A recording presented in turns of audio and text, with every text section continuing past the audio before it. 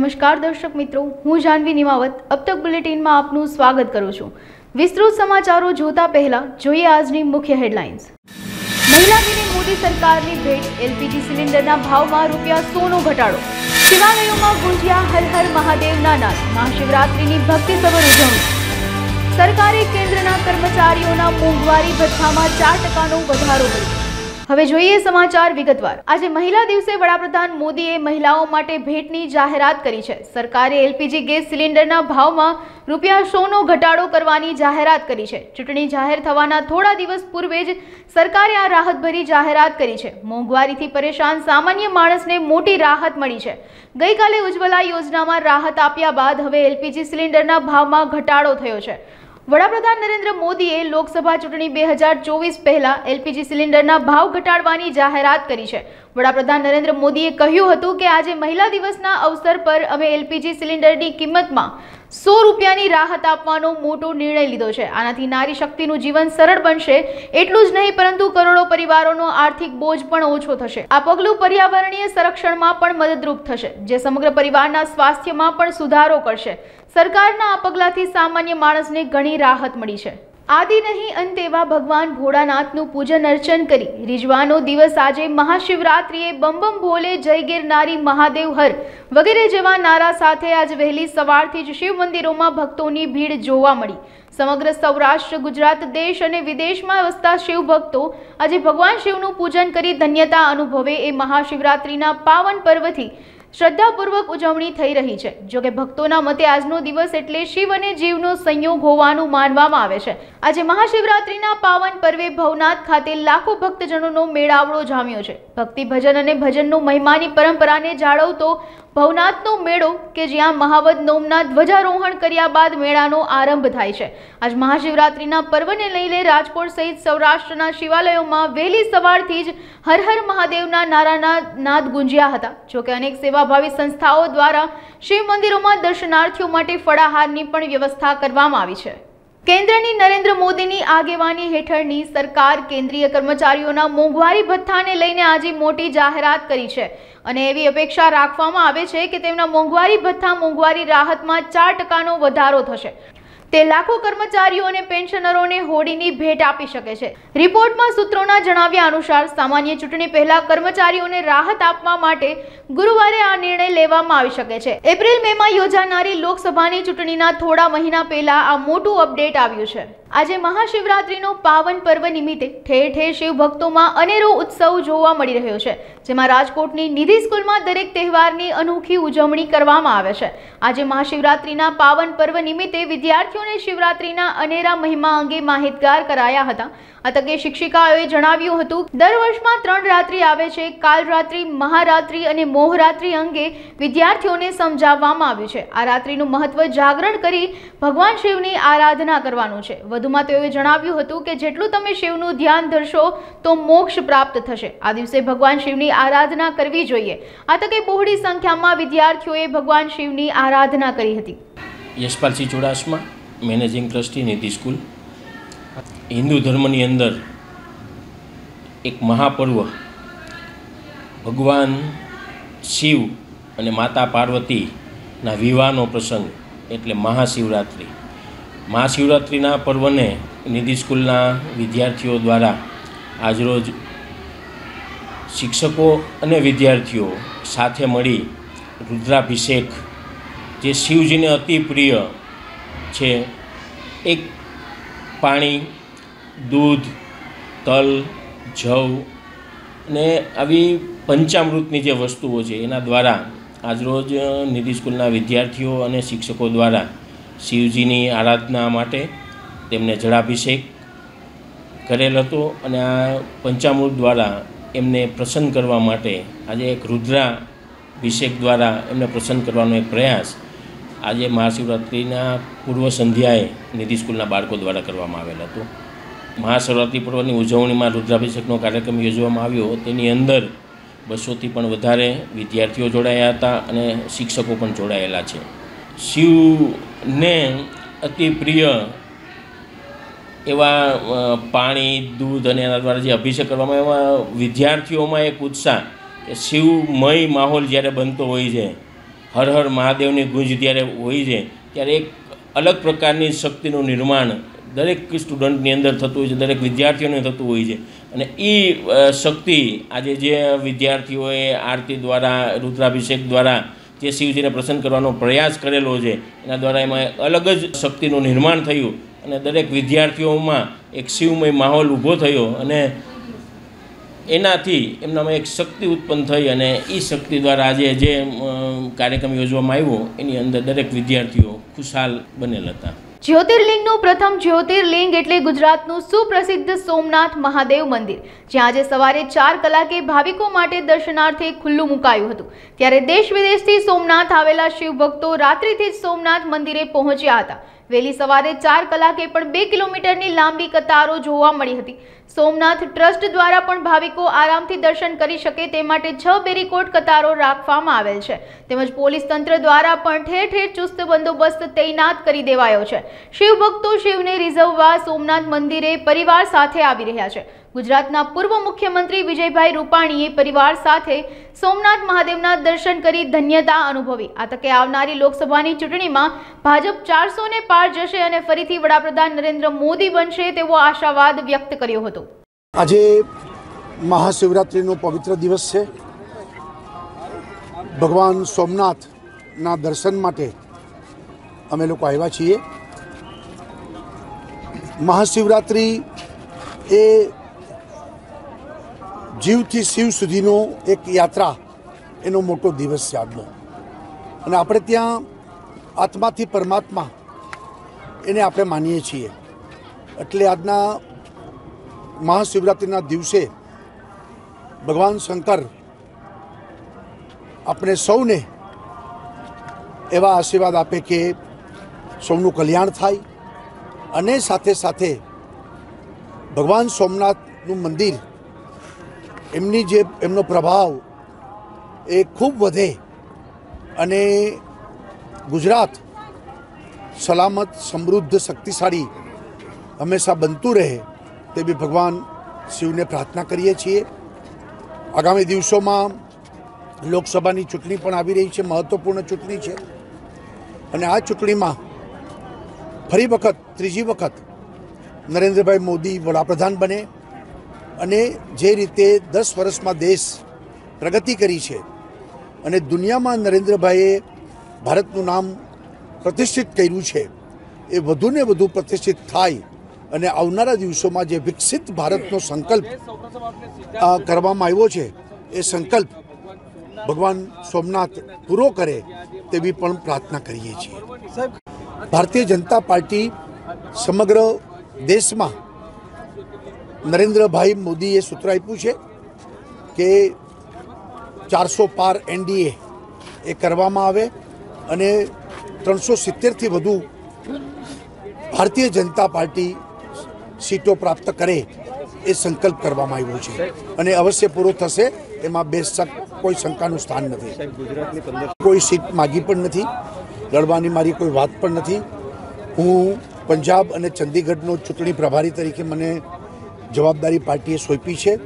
એટલે 14 સીટો અને આપણી સૌરાષ્ટ્ર અને ગુજરાતની જે સીટો છે એમાં હું પ્રચાર કરીશ.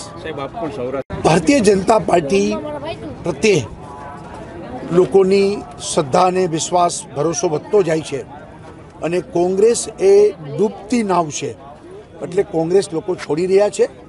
ભારતીય જનતા પાર્ટીનો દરવાજો ખુલ્લો જ છે અને ભારતીય જનતા પાર્ટી આવનારા દિવસોમાં સૌનો સાથ, સૌનો વિકાસ એ મંત્રને લઈને આગળ વધી રહ્યું છે. મારું નામ કંચનબેન રાદડિયા. હું ઠક્કરબાપા નગર વિધાનસભામાંથી આવું છું, એટલે હું ધારાસભ્ય છું. અને આજે મહાશિવરાત્રિ આ પર્વ નિમિત્તે અને આજે મહિલા દિવસ પણ છે, એ નિમિત્તે હું સર્વે ગુજરાતની અમારી બહેનોને ખૂબ ખૂબ શુભકામના આપું છું. અને આજના દિવસે હું અહીંયા આપણે સોમનાથની અંદર મહાદેવના દર્શન કરવા આવ્યા છે, ત્યારે અહીંયા ખૂબ મોટી સંખ્યામાં ભાવિક ભક્તો અહીંયા ઉપસ્થિત છે અને અહીંયા અમારા સોમનાથ મહાદેવના દર્શને આવ્યા છે. અમારી આ ભારત ભૂમિ એ એવી ભૂમિ છે કે સંતોની, મહંતોની અને સત્યોની ભૂમિ છે. ભગવાન અહીંયા જન્મ લઈ અને ભગવાનના ધામ બનાવ્યા છે, ત્યારે આ સંસ્કૃતિને ઉજાગર રાખવા માટે થઈને અમે અહીંયા ભાવિક ભક્તો દર મહાશિવરાત્રિના પર્વ નિમિત્તે અહીંયા એકઠા થાય છે અને આ મહાશિવરાત્રિનું પર્વ ઉજવીએ છીએ. ભગવાન પાસે માંગવાનું ન હોય, ભગવાન તો અજર અમર છે ને અંતર્યામી છે, એને પાસે માંગવાનું ન હોય અને આ તો ભગવાનની કૃપા હોય તો જ એમના આશીર્વાદ પ્રાપ્ત થાય છે. લોકોની સુખાકારી આપણને ખબર જ છે કે આપણા માનનીય વડાપ્રધાન શ્રી નરેન્દ્રભાઈ મોદી હર હંમેશને માટે આપણા ધાર્મિક કાર્યોમાં સર્વપ્રથમ હોય છે અને આવા ધાર્મિક કાર્યો આપણા ગુજરાત નહીં પણ ભારતની માટે થઈને ઇતિહાસ રચવા માટે, જેમ કે આપણે પાવાગઢની અંદર 500 વર્ષ પછી આ ધજા ફરકતી હોય તો એ નરેન્દ્રભાઈના પ્રતાપે શક્ય. ચોક્કસ અમને વિશ્વાસ છે અને અમારા મતદારો પર વિશ્વાસ છે અને જનતા પર વિશ્વાસ છે. જનતાને પણ આ સરકાર ઉપર વિશ્વાસ છે કે આ સરકાર હશે તો જ આ વિકાસના કાર્યો શક્ય છે. એટલા માટે થઈને આ 2024ની ચૂંટણીની અંદર 26 સીટ અમારે ગુજરાતમાં આવશે જ એવો અમને વિશ્વાસ છે. મહાશિવરાત્રિના પર્વમાં ભાંગના પ્રસાદનું અનેરું મહત્વ છે. ગિરનારની ગોદમાં ભાવિકો ઉમટી પડ્યા છે ત્યારે ભવનાથ મહાદેવમય બન્યું છે. આજે ભોળાનાથને રીઝવવા દરેક શિવાલયોમાં ભાંગ બનાવાય છે અને ભાવિકો ભોળાનાથની કૃપા પામવા ભાંગનો પ્રસાદ લે છે. શિવજી આજના મહાશિવરાત્રિના દિવસે પાતાળમાંથી પૃથ્વીલોકમાં આવ્યા હતા, તેથી મહાશિવરાત્રિનું પર્વ મનાવાય છે. કહેવાય છે કે સમુદ્ર મંથન વખતે વિષ નીકળ્યું હતું જે શિવજી પી ગયા હતા. શિવજીના ગળાને ઠંડક આપવા ઔષધિ રૂપ ભાંગ પીધી હતી. આથી સાધુ અને સંન્યાસી શિવજીની કૃપા પામવા ભાંગનો પ્રસાદ ગ્રહણ કરે છે. ગિરનારની ગોદમાં યોજાયેલ ભવનાથનો મહાશિવરાત્રિનો મેળો ચરમસીમાએ પહોંચી ગયો છે ત્યારે ભવનાથમાં અનેક ઉતારા અને અખાડામાં ભાંગ લડવામાં આવી હતી. ભાવિકો પણ ભોળાનાથની કૃપા પામવા ભાંગનો પ્રસાદ લઈ શિવમય બની ગયા હતા. મહાશિવરાત્રિના દિવસે ભાંગનું અનેરું મહત્વ રહ્યું છે ત્યારે દૂધ, વરિયાળી, કાજુ, બદામ, તીખા, ખાંડનું મિશ્રણ કરી ભાંગ બનાવાય છે. ડોક્ટર સન્યાસી ભરદ્વાજ નંદગીરીજી મહારાજ, ગુરુ શ્રી 1008 મહામંડલેશ્વર મહેન્દ્રાનંદગીરીજી મહારાજ. અત્યારે હાલ આપણે જે જગ્યાએ ઉભા છીએ એ શ્રી પંચદશ નામ જૂના અખાડા. શિવ છે ને એ પ્રકૃતિ સાથે જોડેલું તત્વ છે. શિવ જે છે એ આપણા દરેક વ્યક્તિઓની અંદર નિવાસ કરતો એક પરમાત્મા છે. પરમાત્મા અને જીવ એ બંને એક થાય એના અર્થે આપણે ભાંગનો ઉપયોગ કરીએ છીએ, કારણ કે ભાંગનો એ ગુણ છે એકાગ્ર થવું, એક થવું.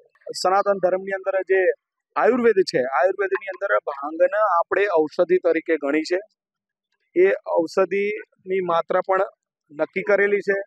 એ નક્કી કરેલી માત્રામાં જે ભાંગ છે એ ભાંગ ઉત્તમ પ્રકારની ગાયનું દૂધ, તજ છે, લવિંગ છે, વરિયાળી છે, ખસખસ છે અને અલગ અલગ પ્રકારની ઔષધિ અહીંયા ઉપયોગ કરેલી છે. રાજકોટ શહેરમાં દિવ્યાંગ સ્કૂલ, હોસ્ટેલ અને વૃદ્ધાશ્રમમાં રહેતા લોકોને નાના કુવાડવા નજીક આવેલ કૃષ્ણા વોટર પાર્કમાં ઉનાળુ સિઝન શરૂ થાય તે પહેલા સેવા યજ્ઞનું આયોજન કરાયું હતું, જેમાં લોકોનો ઉત્સાહ કેમ વધે તેવા પ્રયાસો કરવામાં આવ્યા હતા. આ કાર્યક્રમમાં વૃદ્ધો અને દિવ્યાંગ બાળકોએ મોજ કરી હતી, જેમાં વોટર પાર્કના માલિક સુરેશભાઈએ અબતક મીડિયા સાથે વાત કરતા જણાવ્યું હતું કે ભગવાને આપેલું બધું જ છે મારી પાસે, જેનો સદુપયોગ કરવો જોઈએ. મેં આજે વિનામૂલ્યે ભોજન અને વોટર પાર્કમાં નાહવા અને મહાશિવરાત્રિના પાવન પર્વ નિમિત્તે ફળાહાર પણ રાખવામાં આવ્યા છે. આ તકે વૃદ્ધો અને દિવ્યાંગોએ ભરપૂર મોજ માણી હતી. ડૉક્ટર મારી બેટી રાજવીના મેરેજ હતા અને એના ખુશી માટે એની એક લાગણીને માન આપીને રાજકોટની સરાઉન્ડિંગ જે કંઈ 20-25 જે સોશિયલ સંસ્થાઓ છે, વૃદ્ધાશ્રમ છે, બેરામુંગા શાળા છે, પછી ફિઝિકલ એફેક્ટવાળા બાળકો હોય છે, અંધાશ્રમ છે, એવી જુદી જુદી જે સંસ્થાઓ છે એ બધી સંસ્થાઓના નિયર અબાઉટ 1000થી વધારે લોકોને આજે અમે અમારા મહેમાન બનાવ્યા છે. અને એ મહેમાન નિમિત્તે અમારા ત્યાં જે શુભ પ્રસંગ હતો મારી દીકરી રાજવીના મેરેજ અનુસંધાને, તો એને લાગણી અને માન આપીને દરેક રાજકોટની સંસ્થાઓને પણ અમે ઇન્વાઇટ કરી શક્યા.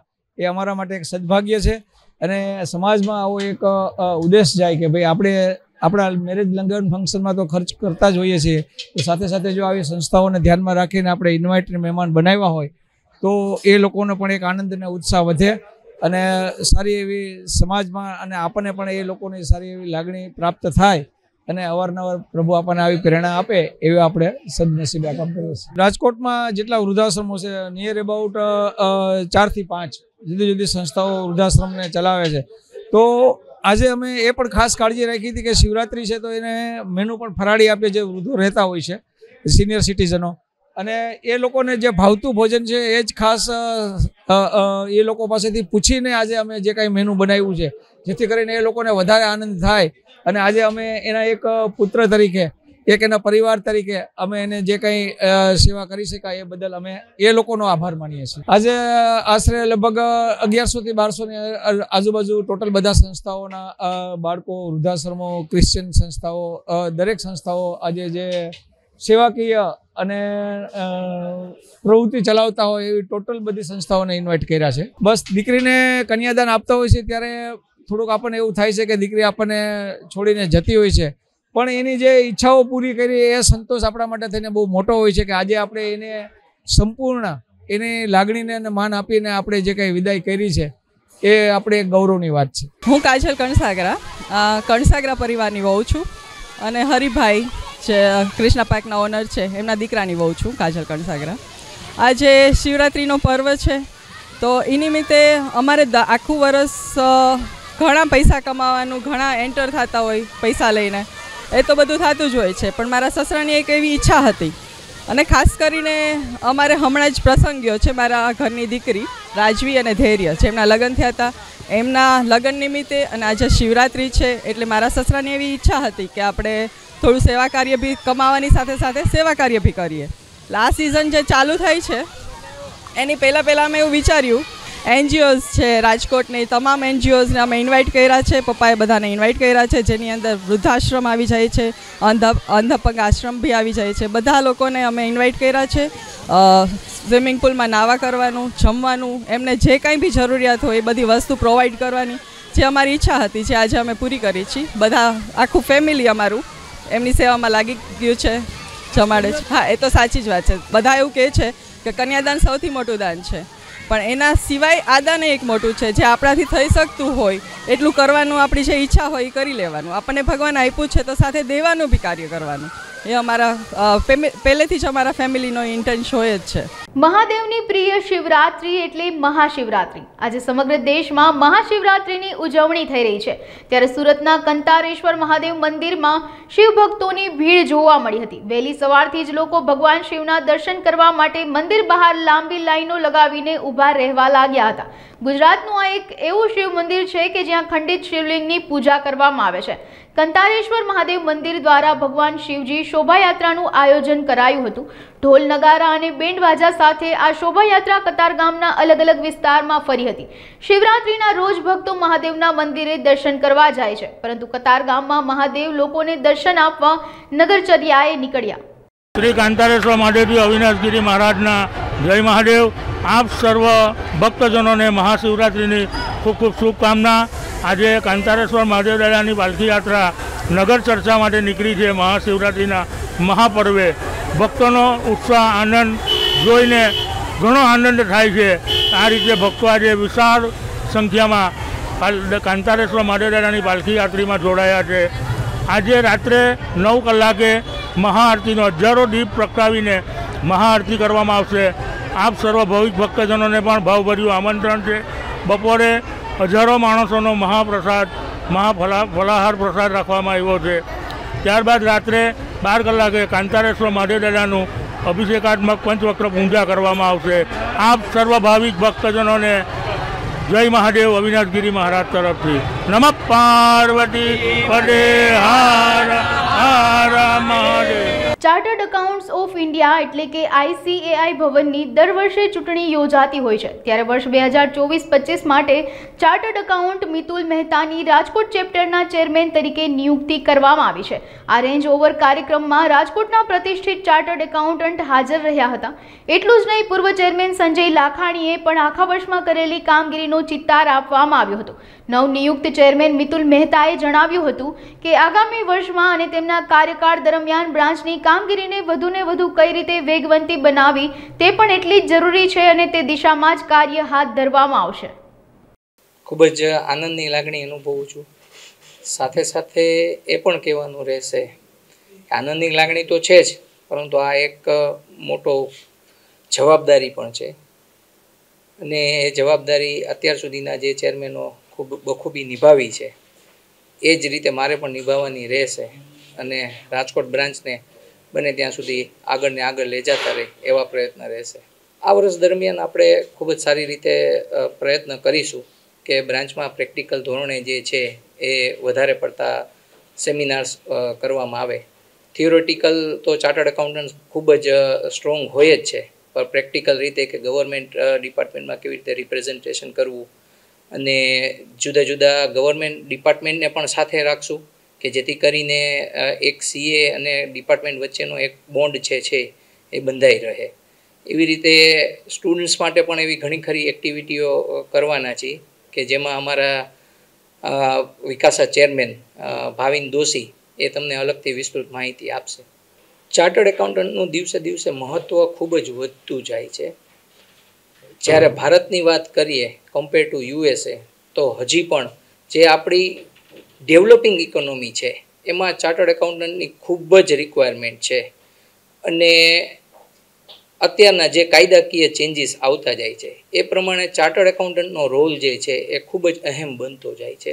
જુદા જુદા જે રિપોર્ટિંગ્સ અને જુદી જુદી ગવર્મેન્ટની રિક્વાયરમેન્ટ્સ હોય છે એ પ્રમાણે સીએની અત્યારે ખૂબ જ ડિમાન્ડ છે અને સીએ માટે ખૂબ સારું ભવિષ્ય પણ છે.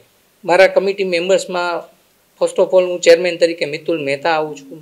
ત્યારબાદ તેજસ દોશી જે વાઇસ ચેરમેન અને ટ્રેઝરરની પોસ્ટ તરીકે નિમણૂક થયેલ છે.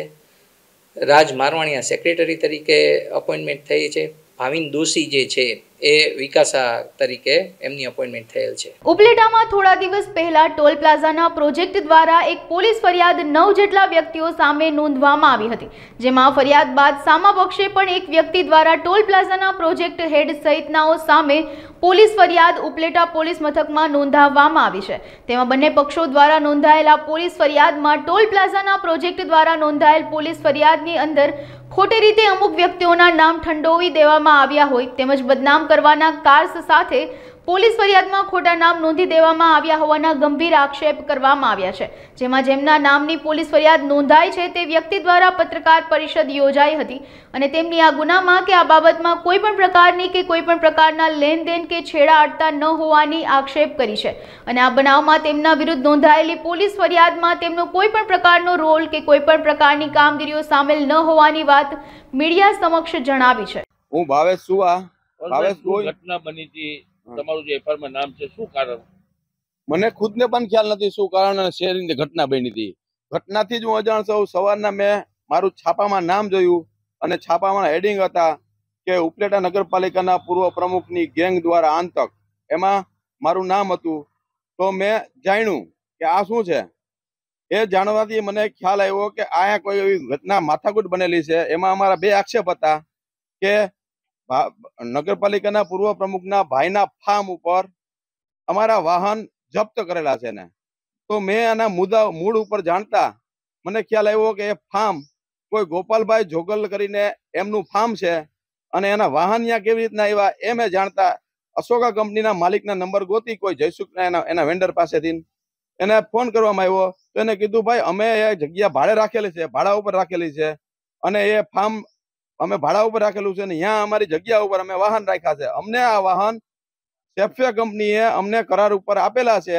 એનો કરાર એગ્રીમેન્ટ પણ અમને આપેલું છે કે આ કામ તમારે પૂરું થાય ત્યાં લગન તમારી જવાબદારીમાં વાહન છે. અમે વાહન છે એ અમારી જવાબદારીમાં રાખ્યા.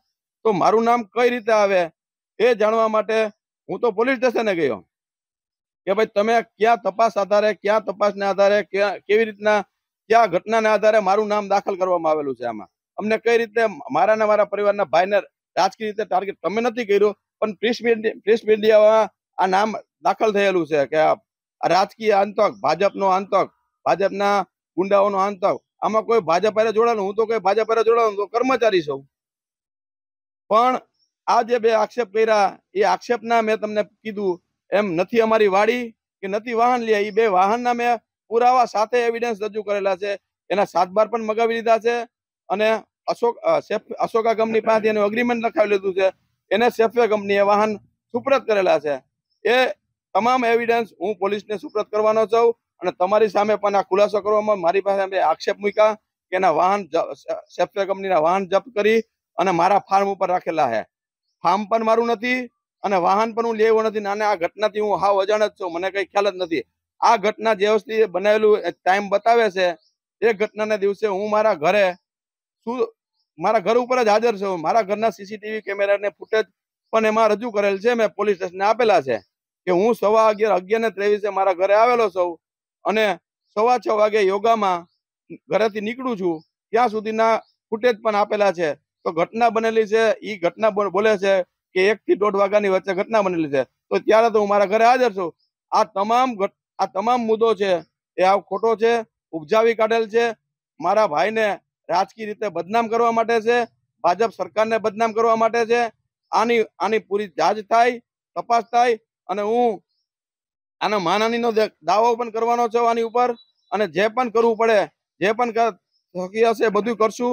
આ ખોટી રીતે અમારું નામ ઉછાળવામાં આવેલું છે અને ઇરાદાપૂર્વક આ ઘટનાની શું છે એની ઊંડી તપાસ થવી જોઈએ અને કરવી જોઈએ. જામનગર શહેરના બેડી વિસ્તારમાં આજે શિવરાત્રીના દિવસે પણ પોલીસ તંત્રએ બેડી વિસ્તારમાં મેગા ડિમોલેશન ઓપરેશન પાર પાડ્યું હતું. જિલ્લા પોલીસ વડા સહિતના વિશાળ પોલીસ સ્ટાફે સુરક્ષા વ્યવસ્થા પૂરી પાડી હતી. સાઈચા બંધુઓ દ્વારા ખડકી દેવામાં આવેલા ગેરકાયદેસર બંગલાઓને તોડી પાડવા માટેની ઝુંબેશ પુનઃ શરૂ કરાઈ છે. 2 બંગલાઓમાં ડિમોલેશન હાથ ધર્યું છે, જેથી બેડી વિસ્તારમાં ભારે હલચલ મચી ગઈ હતી. જામનગરના કુખ્યાત સાઈચા બંધુઓ કે જેઓ દ્વારા બેડી વિસ્તારમાં આવેલી સરકારી ખરાબાની જગ્યામાં 1 થી વધુ બંગલાઓ બાંધી લઈ ગેરકાયદેસર દબાણ કર્યું હોવાની પોલીસ તંત્ર દ્વારા જુદી જુદી લેન્ડ ગ્રેબિંગ અંગેની ફરિયાદ દાખલ કરી હતી. સરકારી જગ્યામાં હજુ પણ કેટલુંક દબાણ થયેલું હોવાનું જાણવા મળી રહ્યું છે. શહેર વિભાગના મામલતદારની ટીમ દ્વારા સર્વેની કામગીરી હાથ ધરવામાં આવી છે, જેમાં સરકારી જમીન ઉપર હજુ જે કોઈ પણ દબાણ જોવા મળશે તે અંગે પોલીસ ફરિયાદ નોંધાવવા અને જગ્યા ખુલ્લી કરાવવા માટે ડિમોલેશન સહિતની કાર્યવાહી હાથ ધરવામાં આવશે. આજે આપણે સાઈચા જે ગેંગ હતી અને સાઈચા ગેંગના 1-2 મહિના પહેલા એક ઓર ડિમોલિશન થયો હતો અને આપ બધાને ખબર છે કે આપણા આદરણીય મુખ્યમંત્રી ભૂપેન્દ્ર સાહેબ અને આપણા જે ગૃહ રાજ્યમંત્રી હર્ષ સંઘવી સાહેબ જ્યારે આપણે જામનગર આવ્યા હતા અને જામનગરમાં પણ એ વસ્તુ સ્પષ્ટ રૂપથી કીધી હતી કે અમે આપણા આખા જે રાજ્ય છે અમે ક્યાંય પણ કોઈ પણ ગેંગને ઓપરેટ ના થવા દઈએ અને કોઈ પણ એવા લોકોને આવી ના હોવા દઈએ જે આમ જનતાને હેરાન પરેશાન કરે. આના તેથી આજે આ સાઈચા ગેંગના જે લોકો છે, રજાક અને સિકંદર, એ લોકો જે ગેરકાયદેસર આપણી જે સરકારી જગ્યા છે આ ઉપર કબજો કરીને અને એટલા મોટા બંગલા છે એ લગભગ 1000 વારના આશરે જગ્યામાં એ લોકો જે ઊભા કર્યા છે, આના ઉપર આપણે વહીવટી તંત્ર સાથે મળી અને આની ડિમોલિશનની કાર્યવાહી ચાલુ છે. અને આ બધાને ખબર પણ છે કે આ જે સાઈચા જે ગેંગ છે આ લોકો પર ઘણા બધા ગુના દાખલ થયેલ છે અને થોડા સમય પહેલા એક જે આપણે શિક્ષિકા હતી આના ત્રાસથી એ સુસાઇડ કર્યો હતો અને એટલો બધો આને ત્રાસ આપ્યો હતો કે સુસાઇડ નોટ મેં જે રીતે લખ્યો હતો તો આપણે માટે બહુ જરૂરી હતો કે એવો લોકોને કાયદાકીય ભાન હોય કે આપણે એક કાયદાકીય તંત્રમાં રહીએ છીએ. તો આના તહેત આજે આ કાર્યવાહી જે છે આ ચાલુ છે અને જે પણ એવો જુગાર એ જે બંગલો હતા બંગલામાં અંદર એ લોકો જુગાર રમાડતા હતા, પ્રોહિબિશનની કામગીરી કરતા હતા અને બીજો કે આસપાસ જે પણ સરકારી જગ્યા છે આ પર જ્યારે મન આવે ત્યારે આપણે નવો બંગલો યા નવા આપણા કોઈ પણ ઘર જે એ લોકો ઊભો કરી લેતા હતા. આને માટે આજની આ કાર્યવાહી ચાલુ છે. આ વિસ્તારમાં કેટલી ઇલીગલ પ્રોપર્ટીઝ છે અને હજી કેટલી કામગીરી થશે? આ વિસ્તારમાં જે પણ ઇલીગલી જે પ્રોપર્ટી છે આ બધા ઉપર વહીવટી તંત્ર અત્યારે સર્વે કરી રહ્યો છે અને હું આપને ખાતરી આપું છું કે અહીંયા એક પણ અમે લોકો ગેરકાયદેસર વસ્તુ ચલાવીએ નહીં અને કોઈ પણ જે ગેરકાયદેસર વસ્તુ ચલાવીએ, ગુંડાગર્દી કરીએ, આ ઉપર કડકથી કડક કાર્યવાહી જામનગર પોલીસ કરશે. કચ્છ મોરબી લોકસભા સીટ વર્તમાન સાંસદ અને આગામી લોકસભાની ચૂંટણી માટે ભાજપ દ્વારા જાહેર કરવામાં આવતા ઉમેદવાર વિનોદ ચાવડા પ્રથમ વખત મોરબી આવ્યા હતા, જેથી મોરબી ભાજપના કાર્યકરોમાં ભારે ઉત્સાહ જોવા મળી રહ્યો હતો અને સાંસદ વિનોદ ચાવડાનું ભવ્ય સ્વાગત પણ કરવામાં આવ્યું હતું।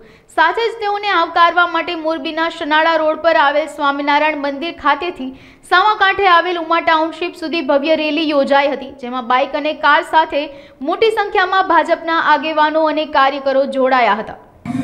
કચ્છ મોરબી લોકસભાની જવાબદારી ફરી એકવાર અમારા ભારતીય જનતા પાર્ટીના મોવડી મંડળે મારા ઉપર મૂકી છે। હું સૌ પ્રથમ દેશના યશસ્વી વડાપ્રધાન શ્રી નરેન્દ્ર મોદી સાહેબ, અમારા રાષ્ટ્રીય અધ્યક્ષ શ્રી જે.પી. નડ્ડા સાહેબ, ગૃહમંત્રી શ્રી અમિતભાઈ શાહ સાહેબ અને ગુજરાત રાજ્યના અમારા મુખ્યમંત્રી શ્રી ભૂપેન્દ્રભાઈ પટેલ સાહેબ અને અમારા પ્રિય અમારા પ્રદેશના અધ્યક્ષ શ્રી સી.આર. પાટીલ સાહેબ અને મારા જિલ્લાના પ્રમુખશ્રીઓ હોય, ધારાસભ્યશ્રીઓ, સૌ આગેવાનોએ સાથે મળી કરીને જે પ્રકારે મારા ઉપર પસંદગી ઉતારી છે, હું આ બધાનો હૃદયપૂર્વક આભાર માનું છું। અને છેલ્લા 2 ટર્મથી 10 વર્ષ સુધી સતત કચ્છ અને મોરબીની જનતાનો સેવા કરવાનો અવસર મળ્યો છે।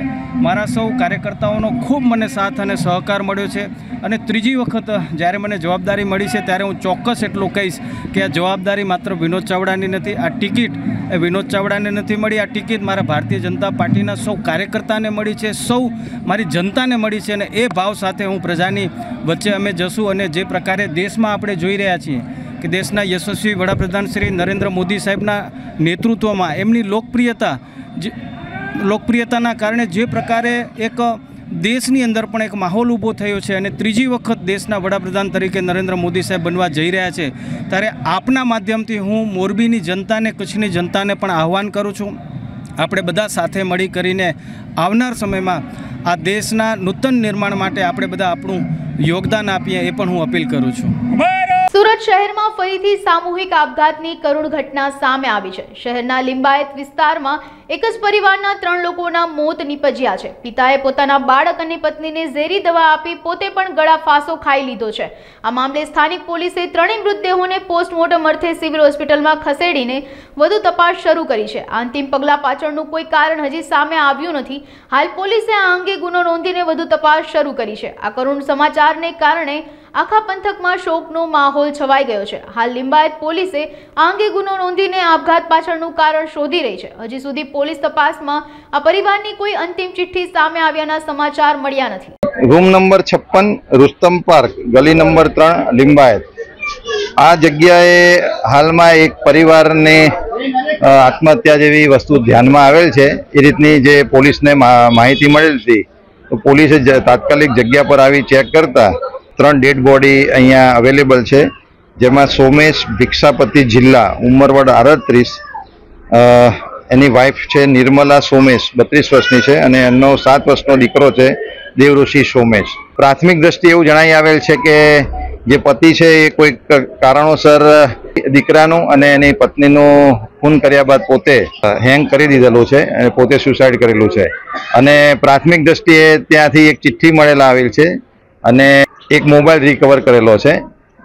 એ મોબાઈલની અંદર એને થોડા વિડીયો ઉતારેલા છે। એ હવે તપાસનો વિષય છે, કારણ કે એને પોતાની જે તેલુગુ લેંગ્વેજ કે પોતાની જે મૂળ ભાષા છે એમાં ઉતારેલા છે। પોલીસે પંચનામું કરી રિકવર કરી આગળની કાર્યવાહી કરશે।